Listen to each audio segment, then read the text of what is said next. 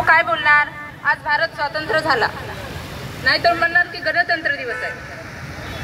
मग 15 ऑगस्टला काय झालं होतं, मग 15 ऑगस्टला काय झालं असं विचारलं तर कन्फ्यूज होणार. खूप अशी लोक आहेत ज्यांना 26 जानेवारीला काय झालं हे माहीत नाही.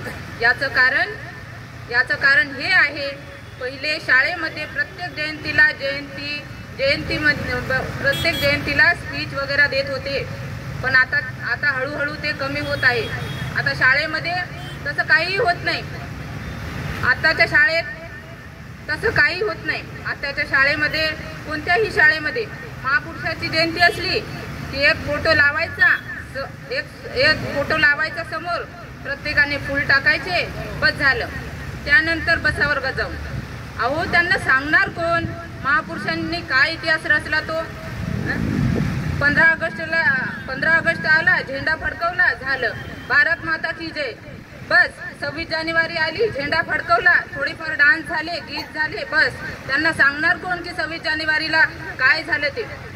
आजच्या खूप अशा कॉलेजमध्ये मुलं मुलींना त्यांना विचारावं तर ते सांगतात आज भारत स्वतंत्र झाला होता. मग त्या शिक्षणाचा फायदा काय. त्यांना हे माहीत नाही की आज भारताचं संविधान लागू झालं होतं. 2 वर्ष 11 महिने 18 दिवस, किती सोसले विमान, पावाच्या या तुकड्यावर काढिले दिस, तरी थकलं न कामाल.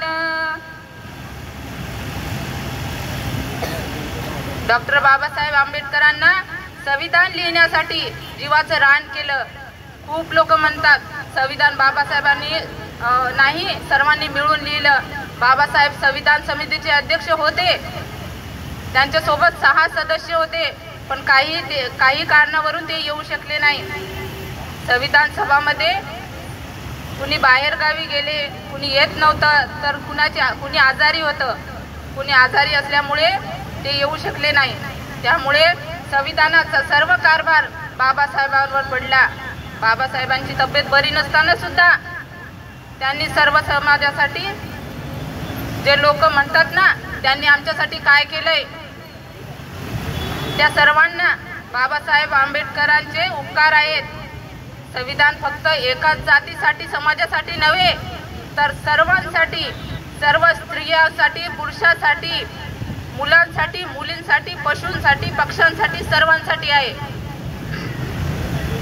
संविधानामध्ये लिहिलेला एक एक शब्द बाबासाहेबांच्या डोक्यातून निघलेला आहे.